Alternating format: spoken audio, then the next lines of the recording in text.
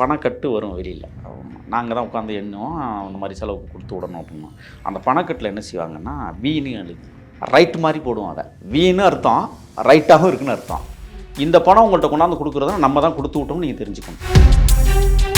3 மணி நேரம் 4 மணி நேரம் நடந்து போய் ஒரு இடத்துல உட்காந்தா அப்படின்னு ஒரு சத்தம் காட்டுவாசி கொடுப்பாரு.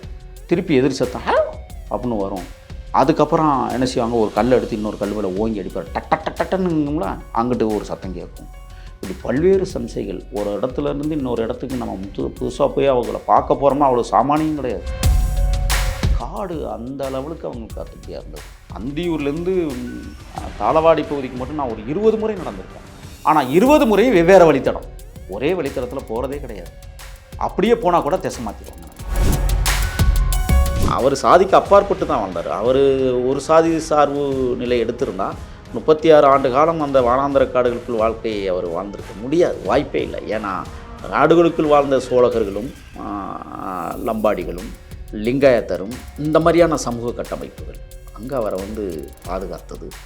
அவரை இன்றைக்கும் நீங்கள் போய் அந்த கிராமங்களில் வீரப்பனாரை நீங்கள் தப்பாக பேசிட்டு வர முடியாது. கொலை எடுத்துருவாங்க. ஏன்னா கடவுளாக மதிக்கிறார். கண் அவருக்கு இடது கண் கொஞ்சம் மங்கலாக இருக்குது. படிக்கிறது மட்டும்தான் சிரமம். அதுவும் கிட்டத்து பார்வை தெரியல. அப்போ அவர் என்ன செய்கிறாருன்னு சொன்னால், மணிகண்டன் அண்ணன் அப்போ கோபாலுங்கிற பேரில் ஒரு காட்டுக்குள்ளே இருக்கிறார். அவர் மருத்துவம் படித்தவர், கண் மருத்துவம் படித்தவர். அவர் என்ன செய்கிறார், லென்ஸ்லாம் எடுத்துகிட்டு உள்ளே வச்சு பரிசோதனை பண்ணி முடித்து இந்தந்த லென்ஸ் தான் அப்படிங்கிறத முடிவு பண்ணி அதெல்லாம் எல்லாம் குறிப்பெடுத்துட்டு வெளியில் போய் கண்ணாடி செஞ்சு வருது. இந்த கண்ணாடி போட்டால் சரியாக வந்துடும் அப்படின்ட்டு. ஆனால் அந்த கண்ணாடியை மணிகண்டன் தான் கொடுத்து விட்றாருங்கிறதுக்கு ஒரு அடையாளம் வேணும்ல. கண்ணாடியை கூட பரிசோதிப்போம் நாங்கள். அப்போ என்ன செஞ்சாங்கன்னா, அந்த கவர் உரைக்கில் உள்ள அவர் ஜி போட்டு அனுப்புகிறார், கோபால் அப்படிங்கிறதுக்கு. சம்மர் ஹாலிடேஸ் வந்தாச்சு, நம்ம ஜிடி ஹாலிடேஸும் வந்தாச்சு. GT holidays, South India's #1 travel brand. முதுகு வலியா, மூட்டு வலியா, கை கால் நீட்ட மடக்க இயலாமையா, அறுவை சிகிச்சை இல்லா குணம். டாக்டர் ஸ்ரீவர்மாஸ் PCR மகாராஜா தைலம். ராஜ்குமாரை கடத்தினதுக்கு ஒரு காரணம் இருக்கு, ரஜினி அவர்களையும் கடத்துறதுக்கு ஒரு காரணம் வச்சு திட்டமெல்லாம் தீட்டியிருக்காங்க. அண்ட் எந்த நடிகர் அவருக்கு ரொம்ப விருப்பமான நடிகர்? சிவகுமாரை ரொம்ப பிடிக்கும் அவருக்கு. அடுத்து எம்ஜிஆரை பிடிக்கும். கேப்டன் பிரபாகரன் படம் அந்த படம் நல்ல விதமாக போயிருக்குன்ட்டு அந்த ஸ்டில்லு பத்திரிகையில் தினத்தந்தி எப்போதுமே நேற்றைய தினத்தந்தி இன்றைக்கி வந்துடும் காட்டுக்குள்ளே. அப்போ சினிமா செய்திகள் அதில் இருக்கும் பாருங்கள். அதில் விஜயகாந்த் படம்லாம் போடும்போது, அப்பா அந்த தம்பி தாப்பா பெரிய போலீஸ் அதிகாரியாக நடிச்சிருக்கிறாராம் அப்படிம்பார். ரொம்ப நல்லா நடிப்பாராம்ல அவர் அப்படின்னா. அதிலே பார்த்தீங்கன்னா மன்சூர் அலிகான் படமும் வந்துடும். அதை சரி நம்ம வேஷம் வந்தான் போட்டானாம்லோ அப்படிம்பார். பத்திரிகைகளில் வர்ற அந்த சினிமா செய்திகளை கிழிச்சிக்கிட்டு அதை உன்னிப்பாக உட்காந்து படிச்சுக்கிட்டு என்னென்ன படம் நக்கல்லாம் பண்ணுவார். படத்துக்கு தலைப்பே வந்துச்சுன்னு வச்சுக்கோங்க, அந்த தலைப்பை வச்சு நகல் பண்ணிக்கிட்டு இருப்பார். இது என்னப்பா படம், என்னம்மா டஸ்ஸு புஷுன்னெல்லாம் வருது அப்படிம்பார். அந்த நக்கல் நையாண்டியெல்லாம் பண்ணுவார். ஆக திரைப்படத்தின் மீது இருக்கிற தாக்கம் என்பது அவர் பெருசாக நடிகர்களை அறியா விட்டாலும் கூட, இப்போ கேப்டன் பிரபாகரன் வந்ததுக்கு பிறகு விஜயகாந்தை தெரியுது. அதுக்கு முன்னாடி விஜயகாந்த் அவருக்கு தெரியலை. மலையூர் மம்பட்டியான் அப்படி படங்கள் வருகிற போதெல்லாம் அவர் வாழ்ந்த பகுதி அது. மலையூர் மம்பட்டியானுங்கிறவர் அவர் வாழ்ந்த, இன்னும் சொல்லப்போனால் தங்கை மாரியம்மாள் கூட தன்னுடைய சோழ கொள்ளைக்கு பச்சைக்கிளி விரட்டுவதற்கு போகிற போது தான் அந்த சோழ கொள்ளைக்கில் நடந்து வராரு மலையூர் மம்பட்டியான். நவாப்ல அப்படிங்கிற மாதிரி கேட்குறாரு. 2 பேரும் சந்திச்சுக்கிறாங்க சின்ன வயசில். ஆகையால் மலையூர் மம்பட்டியானா அவருக்கு நல்லா தெரியும். இன்னொன்று என்னென்னா, மாமை முறைன்னு சொல்லுவார்.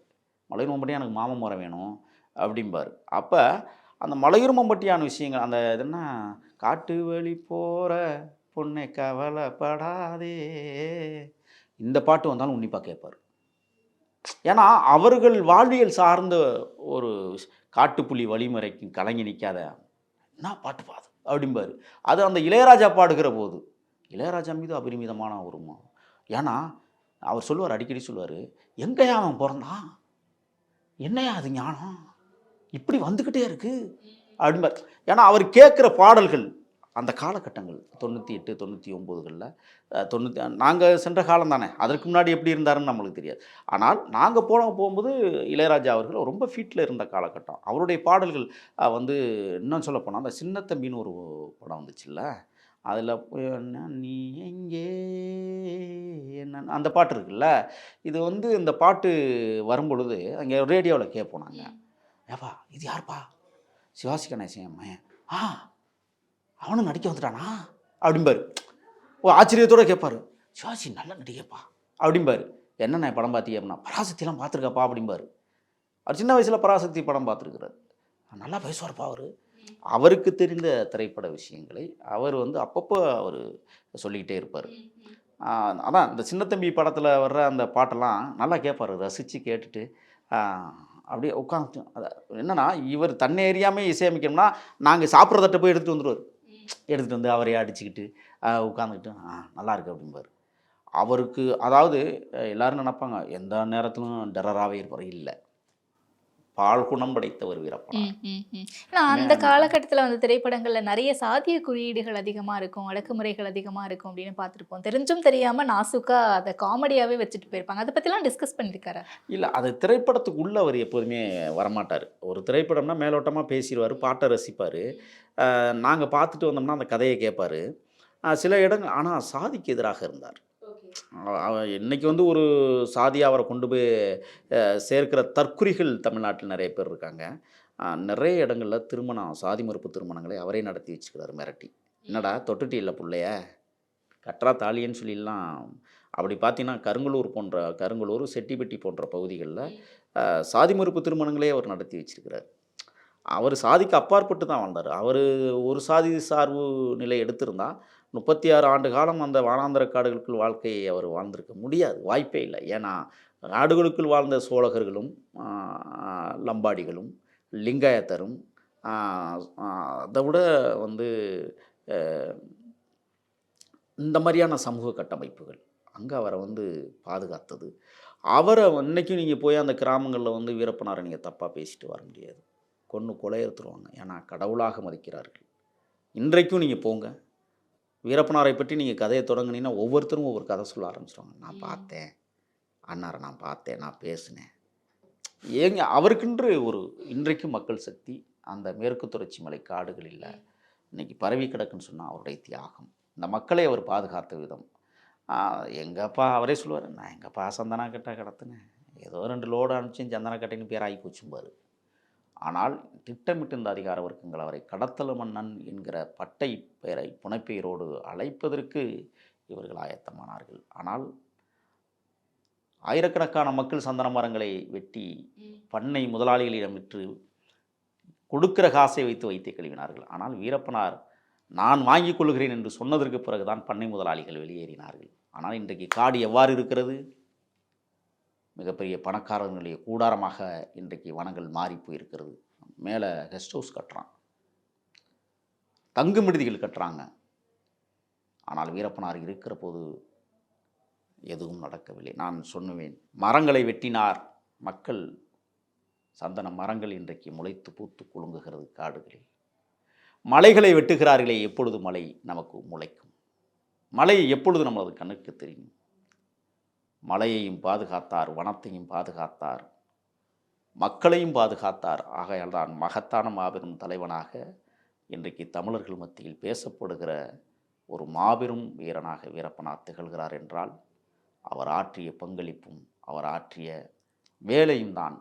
யாரும் 36 வருஷம் போய் காட்டுக்குள்ள வாழ முடியாது. 3 நாள் வாழ்வதே கஷ்டம், எனக்கு தெரியும். எவனும் ஜோறு கொடுக்க மாட்டான். ஆனால் புதுப்படுகாவிலிருந்து தப்பித்து வருகிற போது கூட முதல் தப்பித்தல் நிகழ்ச்சியிலே 6 நாட்கள் கலாக்காய்களையும் பழுத்து கீழே கிடந்த மாம்பழங்களையும் சாப்பிட்டு விட்டு பசியாற்றி விட்டு களத்திற்கு வந்த மாபெரும் புரட்சியாளன் வீரப்பனார். ஆகையால் காடு இன்றைக்கு அவரை தேடுகிறது. களம் காணும் ஒரு நாள் அந்த காடு. திரைப்படங்கள் குறித்து பேசும்போது வீரப்பன் அவர்களாக இருக்கட்டும், இல்லை அவருடைய கூட்டாளிகளாக இருக்கட்டும், கிடைக்கிற நேரத்தில் ஒரு இடத்துலேருந்து இன்னொரு இடத்துல ட்ராவல் பண்ணும்போது திரைப்படங்கள் பார்க்கறது உண்டு, அதை பற்றி விவாதிக்கிறது உண்டுன்னு சொல்லியிருக்கீங்க. அந்த மாதிரி ஏதாவது திரைப்படங்கள் பார்க்க போகும்போது காவலாளிகள் கிட்ட மாட்டினது அந்த மாதிரி ஏதாவது இருக்கா? இல்லை, அந்த மாதிரி அதான் நான் முதவே சொன்னேனே, நான்லாம் காட்டுக்குள்ளே போயிட்டு இல்லை மாட்டக்கூடாதுன்னு தான் போய் திரைப்படம் பார்க்கறது, அந்த பொழுது அப்படி கழிக்கிறது. அதையும் மீறி என்னைக்காவது பார்க்கப்பட்டிருக்காங்க? இல்லை, நான் சரியான இடத்துக்கு வந்துக்கிறேன். ஜேபி என்கிற ஜெயபிரகாசும் சரவணனும் தமிழ் தேசிய மீட்சி படையினுடைய பொறுப்பாளர்கள். இன்றைக்கும் ஜேபி இருக்காங்க, அண்ணன் இருக்காங்க. சரவணனை வந்து ஈக்காட்டு தாங்கல் இந்த பாலத்துக்கும் பக்கத்தில் வச்சு தோழர் ராஜாராமோடு தமிழ்நாடு அரசு என்கவுண்டர் செய்தது சரவணன், புதுக்கோட்டை சரவணன். இவர்கள் 2 பேருமே எங்கே கைது செய்யப்படுறாங்கன்னா தேட்டர் வாசலில் தான். ஈரோட்டில் ஒரு தேட்டருக்கு படம் பார்க்க போகிறாங்க. எதுக்கு போகிறாங்கன்னா திருப்பி காட்டுக்குள்ளே வரணும். காட்டுக்குள்ளே வருவதற்கு நேரம் வந்து சாயங்காலம் அவங்க வந்து 8 மணிக்கு காட்டுவாசிகள் சொல்லிட்டாங்க. அப்போ 8 மணிக்குன்னா அந்த நேரத்தை வச்சு தான் அந்த இடத்துக்கு போய் நிற்க முடியும். அங்கே காத்திருக்க முடியாது. காட்டு ஓரங்களில் போய் ஒரு 2 பேர் நின்னோம்னா பிடிச்சிருவாங்க. அப்போ அந்த 8 மணினா 8 மணிக்கு வந்து என்ன செய்வாங்கன்னா, முன்னாடியே வந்துட்டாங்கன்னா ஒரு தேட்டரில் எங்கேயாவது படம் பார்த்துட்டு அந்த நேரத்தை ஈக்குவல் பண்ணிவிட்டு அங்கிட்டே சாப்பிட்டுட்டு ஏதாவது பொருள்கள் வாங்கணும்னா வாங்கிக்கிட்டு சரியாக 8 மணிக்கு காட்டு ஓரத்துக்கு வரோம்னா 8 மணிக்கு வந்துடுவாங்க. எந்த பஸ்ஸு எல்லாமே சொல்லிடுவாங்க. 6ஆம் நம்பரு நீதிபுரம் வர்ற பஸ்ஸில் நீங்கள் வந்துடுங்க. இப்படித்தான் சரவணனுக்கும் ஜேபிக்கும் தகவல் கொடுக்கப்பட்டது. ஆனால் அவர்கள் அங்கேயே கைது செய்யப்பட்டார்கள். படம் பார்த்துட்டு வெளியில் வரும்போதே அதையும் யாரோ சொல்லியிருக்காங்க. 2 பேர் காட்டுக்குள்ளே இருந்தவன் இங்கே வெளியில் வந்து படம் பார்க்க வந்திருக்காங்க அப்படிங்கிற ஒரு விஷயம். அதில் வந்து ஜெயபிரகாஷ் மாட்டினார், சரவணனும் மாட்டினார். ஆக எதற்காக நான் இதை சொல்லுகிறேன் என்றால், வீரப்பனார் காட்டுக்குள்ளே இருக்கும்போது சொன்னார், இந்த ஜெயபிரகாஷும் சரவணனும் மாட்டிட்டாங்கங்கிறதுக்கு முன்னாடி அவருக்கு ஒரு சமீட்சை என்னென்னா, காலைல தூங்கி எந்திரிச்சார். எந்திரிச்ச உடனே என்னப்பா மேப்பில் 2 கீழே விழுந்தது மாதிரி ராத்திரி கனவு கண்டேன் அப்படின்னாரு. எப்பா போன பிள்ளைங்க பத்திரமா வந்துங்களா? நான் இது பேசியிருக்கோன்னு நினைக்கிறேன் ஆல்ரெடி. சரியாக கண்டுபிடிச்சார். ஆனால் அன்னைக்கே அந்த 2 பேரும் மாட்டியிருக்காங்க. இங்கே உள்ளே வந்து சொல்கிறார். ஆக அபரிமிதமான அந்த விஷயங்கள் இரவே கனவுல அவர் என்னன்னா, இறைவனை நம்புறாரு நம்பலை அப்படிங்கிற ஒரு விஷயமெல்லாம் இல்லை. வனத்தேவதையை நம்புறாரு, வாழ்க்கையை நம்புறாரு அப்படிங்கிறதெல்லாம் இல்லை. தன் தாயை நம்பினார் கடைசி வரை. தன் தாய் தான் தன்னை வழி நடத்துகிறது காடுகளில் என்று அபரிமிதமான ஒரு நம்பிக்கை. அவங்க அம்மா அன்னைக்கு கனவுல வருதுன்னு சொன்னால் இன்னைக்கு நல்லது நடக்கும் அப்படின்னு சொல்லி நம்புவார். ஆக திரைப்படத்தின் மூலமாக மாட்டிய 2 போராளிகள் ஈரோட்டில் மாட்டினாங்க. ஆனால் முத்துக்குமார், மணிகண்டன், சத்தியமூர்த்தி போன்றவர்கள்லாம் இவங்க 2 பேரும் திரைப்படம் பார்க்க போய் மாட்டினாங்கிறதுக்காக அவங்க என்ன செய்கிறாங்க, ட்ராக்கை மாற்றினாங்க. ஜிம்முக்கு போகிறாங்க பொழுதாக கழிக்கிறதுக்காக. ஜிம்முக்கு போயிட்டு இருக்கும்போது ஜிம்மில் வச்சு கைது பண்ணுறாங்க. இதான் நடந்தது. மீட்சிப்படை எங்கே துடை தெரியப்பட்டதுன்னா ஜெயபிரகாஷ்லேருந்து தொடங்குது. அவர் படத்துக்கு போய் மாட்டுறாங்க, இவங்க ஜிம்முக்கு போய் மாட்டுறாங்க. காட்டுக்குள்ளே இருக்கிற விடுதலை மீட்சிப்படையில் நான் மட்டும்தான் இப்போ காட்டுக்குள்ளே இருக்கேன். இவங்க எல்லாரும் வெளியில் வந்துட்டாங்க. வெளியில் வந்து மாட்டுறாங்க. ஆக பொழுது என்பது முக்கியமானது. இங்கே 8 மணிக்கு அவங்க வந்திருக்கிறாங்கன்னா 8 மணிக்கு தான் நம்ம போக முடியும். அதை மெயின்டைன் பண்ணுறதுக்கு நாம் ஏதாவது எங்கேயாவது பொழுதை கழித்து தான் ஆகணும். இப்போ நான்லாம் வந்து ஒரு முறை குண்டல்பேட்டை வழியாக போனேன். குண்டல்பேட்டையில் பொழுதை கழிக்கலை. நாங்கள் பெங்களூர்லேயே பொழுதை கழிச்சிட்டு குண்டல்பேட்டைக்கு போகிறோம். பெங்களூர்லேருந்து குண்டல்பேட்டையே சாயங்காலம் போயிட்டே இருக்குது. காலையில் ஏறினா சாயங்காலம் வரை போயிட்டுருக்கு. அப்போ நாங்கள் ஒரு நேரத்தை வச்சு கணக்கு பண்ணி போவோம். ஏன் இதெல்லாம்னா பொழுதுபோக்கிற்காக படத்துக்கு டிராவலிங் டைம். ஆமாம், பொழுதுபோக்கிற்காக நம்ம படத்துக்கு போகலை. சரியான நேரத்தில் காட்டுக்குள்ளே போகிறதுக்காக நம்ம பொழுது கழிக்கிறோம். ஓகே புரியுது. ஏன்னா விடுதலை 2ஆம் பாகம் படத்தில் வந்து அந்த ஒரு வசனம் நம்ம பார்த்துருப்போம். போலீஸ்காரங்க வந்து இவங்க கிட்ட, அதாவது இந்த மீட்சி படையில் இவங்க கிட்ட மைதிலி என்னை காதலி அப்படின்ற மாதிரி ஒரு டேக்லைன் அந்த படத்து பேரை சொல்லி அதை ஒரு வசனமாக அதில் வச்சு அதை வந்து இவங்க தூது அனுப்புறதுக்காக ஏற்படுத்தப்பட்ட ஒரு வசனம் அப்படின்ற மாதிரி அதில் அமைச்சிருப்பாங்க. அந்த மாதிரிலாம் நடந்திருக்கா? இல்லை, பணம் கொடுத்து விடுவாங்க, செலவுக்கு பணம் கொடுத்து விடுவாங்க. அதில் என்னென்னா பணக்கட்டு வரும் வெளியில். நாங்கள் தான் உட்காந்து எண்ணுவோம், அந்த மாதிரி செலவுக்கு கொடுத்து விடணும் அப்படின்னா அந்த பணக்கட்டில் என்ன செய்வாங்கன்னா வீணு எழுதுங்க, ரைட்டு மாதிரி போடுவோம். அதை வீணு அர்த்தம், ரைட்டாகவும் இருக்குன்னு அர்த்தம். இந்த பணம் உங்கள்கிட்ட கொண்டாந்து கொடுக்குறதா நம்ம தான் கொடுத்து விட்டோம்னு நீங்கள் தெரிஞ்சுக்கணும். அப்படிங்கிறதுக்கு வெளியில் நிற்கிற போராளிகளுக்கு செலவுக்கு பணம் கொடுத்து விடுறோம், இப்படி தான் கொடுத்து விடுவோம். ஒரு அடையாள குறியீடாக நாங்கள் இதை பண்ணுவோம்.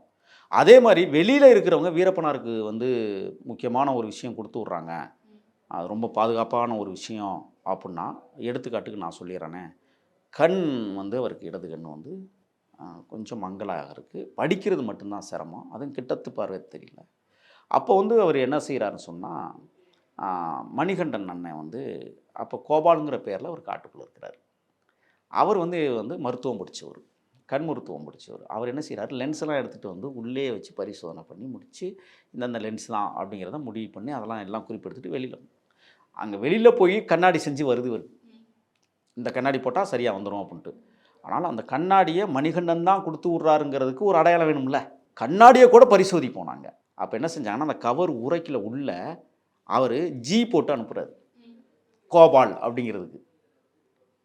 அதை வந்து நாங்கள் உள்ளேருந்து எடுக்கிறோம், அதில் ஜின்னு வருது. அப்போ அவர் கொடுத்து விட்டது சரி, கொண்டு வந்த ஆளும் கரெக்டான ஆள். ஏன்னா கொண்டு வந்த ஆள் அந்த உரைக்கில் வெடிகுண்டு வச்சுருந்தா யாருக்கு தெரியும்? ரொம்ப எச்சரிக்கையாக அந்த நேரங்களில் கையாளுறது. கொடுத்து விட்ற தின்பண்டங்களையே பரிசோதிக்கிறது தானே. நான் பலமுறை சொல்லியிருக்கேன், அந்த எறும்பு கள்ளி போட்டு தான் நாங்கள் மற்ற விஷயங்களே தொடங்குவோம். அப்போ இவர் அணிவிக்கிற கண்ணாடியை வந்து எடுத்து நாங்கள் பார்த்து அது எப்படி இருக்குது, அது நல்லா பிரேம்லாம் வந்து நல்லா அந்த கோல்டு கலரில் அனுப்பிச்சி விட்டுருந்தாங்க. போட்டிருந்தார், போட்டு படிப்பார். இப்போ இப்போ நல்லா இருக்காப்பா அப்படிம்பார். இந்த மாதிரியான விஷயங்கள், சமிஞ்சைகள் வெளியில் உள்ள இருக்கிற. அதே மாதிரி தகவல் சொல்றதுக்கும் தூது அனுப்புறதுக்கும். அதை விட இன்னொரு விஷயம், சில நேரங்களில் பிறன்றோம். என்னென்னா, வெளியில் இருக்கிறவங்க உள்ளே வர்றதுக்கு ஒரு சொல்லுவார். என்ன சொல்லுவார்னா, எப்படி சொல்லுவார்னா, அப்பா பலான நேரத்துக்கு பலான தேதிக்கு வந்துருங்கப்பா அப்படிம்பாரு. பலான அப்படிங்கிறத பயன்படுத்துவார் அடிக்கடி. ஏன் அப்படி? பலான தேதினா சரியான தேதி, ஓகே, சரியான நேரத்துக்கு நீங்கள் வந்துருங்கப்பா. அந்த ஊர் பாசை வந்து பலான தேதி பலான நேரம்னு சொல்லுவார். அப்போ அவர் சொல்லி அனுப்பும்போது சில இடங்களில் பேருந்து வர்றதோ அல்லது வருகையில் கொஞ்சம் சின்ன இடர்பாடுகளோ நேர்ந்து தவறிடுச்சின்னு வச்சுக்கோங்களேன், அன்றைக்கு அவ்வளோதான் முடிஞ்சிச்சு. கூட்டிகிட்டு போக வந்த காட்டுவாசி ஒரு 10 நிமிஷம் தான் நிற்பான். 10 நிமிஷத்துக்கு அப்புறம் என்ன செய்வார்னா, 2 கல்லை தூக்கி மேலே வச்சுட்டு அவன் போயிடும். நான் வந்தேன், நீங்கள் வரல அப்படிங்கிற ஒரு அடையாளத்துக்கு கல்லை தூக்கி மேலே வந்துட்டு போனதுக்கான ஒரு அடையாளமாக கல்லை தூக்கி வச்சுட்டு போயிடுவார். இப்போ அவங்க வந்து மிஸ் ஆயிடுச்சுன்னு வச்சுங்களேன். ஆனால் இப்போ வந்து இரவு 8 மணிக்கு வர வேண்டிய பையனா 3 மணிக்கு வர்றாங்க விடிய காலம் அப்படின்னா, வந்து அந்த இடத்த பார்த்தாங்கன்னா கல் வச்சுருக்கு, ஓகே வந்துட்டு போயிட்டாங்க. அப்போ நாங்களும் வந்தோங்கிறக்கு அவங்க ஒரு கல்லை தூக்கி 2 அடுக்கா அடுக்கி வச்சுட்டு போயிடுவாங்க. அப்போ அடுத்து எப்படி அந்த உறவு உள்ளே வருமுன்னா, இந்த காட்டுவாசிக்கிட்ட தொடர்பு கொடுப்பாங்க. அவர் வந்து டவுன் பக்கம் வருவார். டவுன் பக்கம் வரும்பொழுது நம்ம தொடர்பு கொடுக்கணும். அதுக்கு ஒரு தேதியை சொல்லுவாங்க.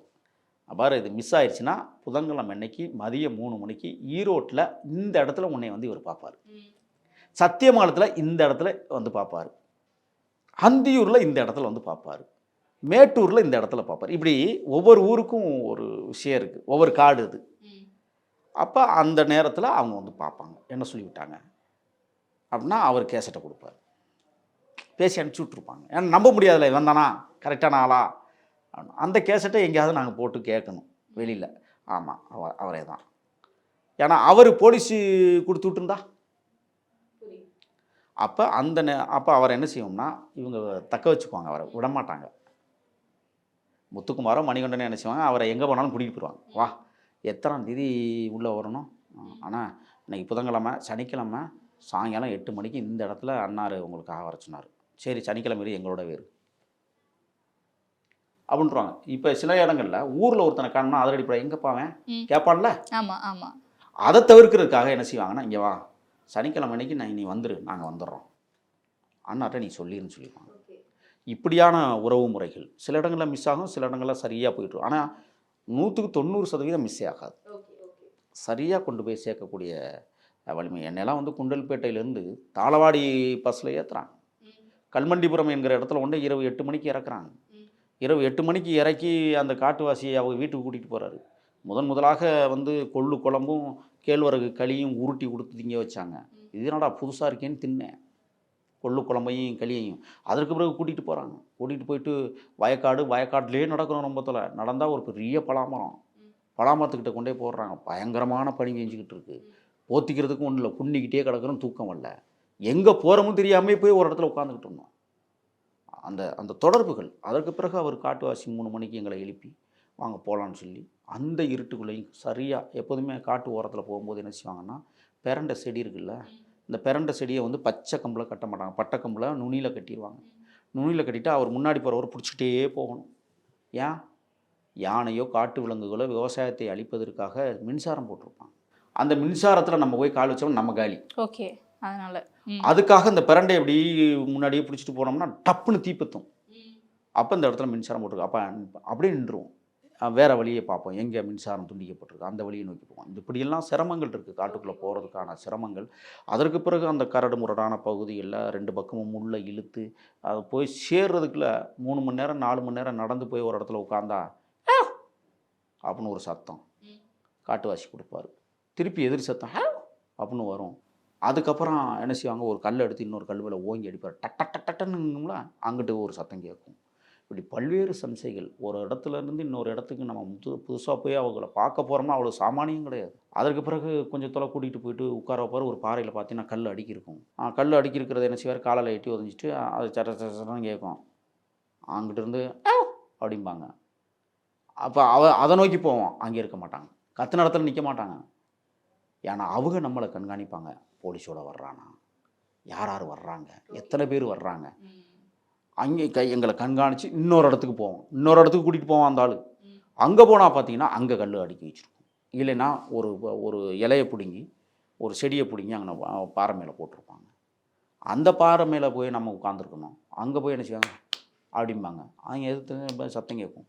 இப்படி போய் தான் கிட்டத்தட்ட 7 கிலோமீட்டர் 8 கிலோமீட்டர் கடந்து தான் வீரப்பனாரை சந்திக்க முடியும். இப்படித்தான் இந்த முதல் பயணங்கள் எப்போதும் முதல்ல முதல்ல போகிறவனுக்கு வந்து காடுங்கிறது சாதாரணம் இல்லை. ஒரு தடவை போயிட்டு திரும்பி வரவெல்லாம் முடியாது. காடு நம்மளை மாற்றி விடும். எந்த பக்கம் போனோம் எந்த பக்கம் வந்தோம்னே தெரியாது. இப்படியான சூழல்கள் தான் ஒரு மனிதனை அங்கு வீரப்பனாரும் அது 36 வருஷம் வாழ்ந்திருக்கிறாருன்னு சொன்னால் மலை முகடுகள் அடையாளப்படுத்தப்படும். மலை முகடுகளுக்கு கீழே இருக்கிற பெரும் பாறைகள் அடையாளப்படுத்தப்படும். பெரிய பெரிய மரங்கள் அடையாளப்படுத்தப்படும். அதுதான் பாதை. இரவு பயணத்தில் நிலவுகள் வழிகாட்டும். நிலவு வழிகாட்டும் அல்லது விண்மீன்கள் வழிகாட்டும். அதை பார்த்துட்டே போவாங்க. அது கிழக்க தோண்டிடுச்சுன்னா கிழக்க போகிறாங்க அப்படின்னா அதை பார்த்துட்டே போயிடுவாங்க. மேற்க போகணும் அப்படின்னா அந்த நட்சத்திரத்தை குறி வச்சுக்கிட்டே நடந்து போவாங்க. இப்படியான ஏன்னா இரவு பயணம் சாதாரணமானதல்ல. விலங்குகள் எந்த நேரத்தில் எங்கே கிடக்கும்னே தெரியாது. மலைப்பாம்புகள் எந்த இடத்துல எப்படி கிடக்கும்னு தெரியாது. சின்ன சின்ன தேள்கள் பூரான்கள் இலையும் அதை கடந்து போகணும். இதை விட வந்து கொடுமையான விஷப்பூச்சிகள் இருக்குது, அதை கடந்து போகணும். அவன் இரவு வழிங்கிற அதிகமாக இரவுல தான். ஆனா சில நேரங்கள்ல நம்ம கொடுக்குற அந்த சமிக்கைகள் எல்லாமே வந்து விலங்குகளோட சமிக்கைகளோட ஒத்து போய் அந்த மாதிரி வழி மாறதுக்கான வாய்ப்புகள் இருக்கு. நான் கொடுத்த சத்தமே மான் சத்தம் தானே. அதுதான் கேட்குறேன். மான் சத்தம் எதுக்கு கொடுக்குறோம்னா, எதிரிகள் எங்கேயாவது உட்கார்ந்து கேட்டால் அதை மான் கத்துதுனான்ட்டு போயிடுவான். நீங்கள் வீரப்பனார் வேட்டைக்கு போகும்போதே கருங்குரங்கு எப்படி கத்தும், முஸ்கோந்தி எப்படி கத்துமோ அதே மாதிரி கத்தி சண்டைக்கு வர வச்சு தானே அதை அடிப்பார். எல்லா விலங்குகளுடைய குரலும் அவருக்கு தெரியும். இல்லை அது அப்படி வழி மாறி போகிறதுக்கு இதுவாக அது வாய்ப்பே இல்லை. அதாவது என்னென்னா, போகும்போதே எங்கேயாவது ஒரு சில இடங்களில் வந்து வழி மாறிச்சுன்னா நிற்பாங்க. அப்படியே நின்று இப்படி யோசிப்பாங்க. 2 பேருமே சேத்துக்குழியாக இருக்கட்டும் வீரப்பனாக இருக்கட்டும் யோசிப்பாங்க. வா போகலாம் அப்படிம்பாங்க. சரியான அந்த திசையை நோக்கி போவாங்க. எங்கேயுமே பிறல்றதெல்லாம் கிடையாது. ஒரு இடத்த நோக்கி. ஏன்னா அந்த காடு அந்த அளவுக்கு அவங்களுக்கு கத்துப்படியாக இருந்தது. அதான் நான் முதவே சொன்னேன், காடுகள் அவர்களை தேடுகிறது, பாதைகள் பரிதவித்து கிடக்கிறது. ஏன்னா அவர்கள் எந்த திசையில் போகணுமோ அந்த திசையில் சரியாக போய். இப்போ அந்தியூர்லேருந்து தாளவாடி பகுதிக்கு மட்டும் நான் ஒரு 20 முறை நடந்திருப்பேன். ஆனால் 20 முறையும் வெவ்வேறு வழித்தடம். ஒரே வழித்தடத்தில் போகிறதே கிடையாது. அப்படியே போனால் கூட திசை மாற்றிடுவாங்க நம்மளை. இப்படித்தான் காடுகளில். அது மறக்க முடியாத அனுபவங்கள். சம்மர் ஹாலிடேஸ் வந்தாச்சு, நம்ம ஜிடி ஹாலிடேஸும் வந்தாச்சு. GT holidays, South India's #1 travel brand. முதுகு வலியா, மூட்டு வலியா, கை கால் நீட்ட மடக்க இயலாமையா, அறுவை சிகிச்சை இல்லா குணம். டாக்டர் ஸ்ரீவர்மாஸ் PCR மகாராஜா தைலம்.